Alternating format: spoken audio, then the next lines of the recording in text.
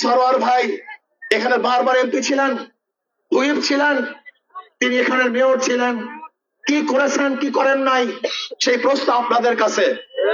জুয়ান বয়সে যখন সরোয়ার ভাইয়ের সে জুয়ানি ছিল, সে হুঙ্কার ছিল, সে অবস্থান ছিল, সে স্বাস্থ্য ছিল, তখন কি করেছেন সবাই জানেন।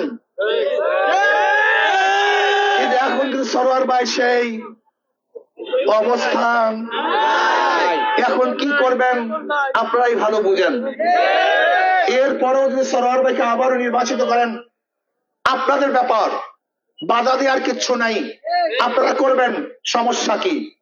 লেকিন এই সন্তানকে, বরিশালের এই সন্তানকে আপনারা এখনো পরীক্ষা করতে পারেন নাই, এখনো দেখেন না আপনার সন্তান কি করতে পারে, তাদের যোগ্যতা সম্পর্কে আপনাদের জানা নাই।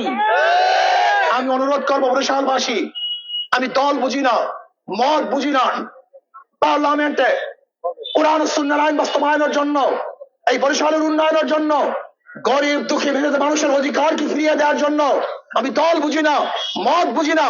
আসুন একটাবারের জন্য হাত পাখাকে নির্বাচিত করি, একটাবারের জন্য হাত পাখাকে নির্বাচিত করি।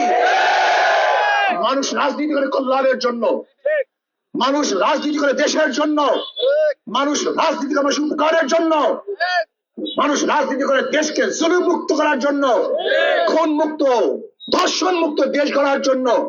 যদি মনে করেন আমার মাধ্যমে জুলুম মুক্ত, ধর্ষণ মুক্ত, অপরাধ মুক্ত, সন্ত্রাস মুক্ত, মাদক মুক্ত একটা সমাজ গড়া সম্ভব হয়, তাহলে আমি মনে করব এই হাত পাখা কোনো ব্যক্তির নয়, কোনো দলের নয়।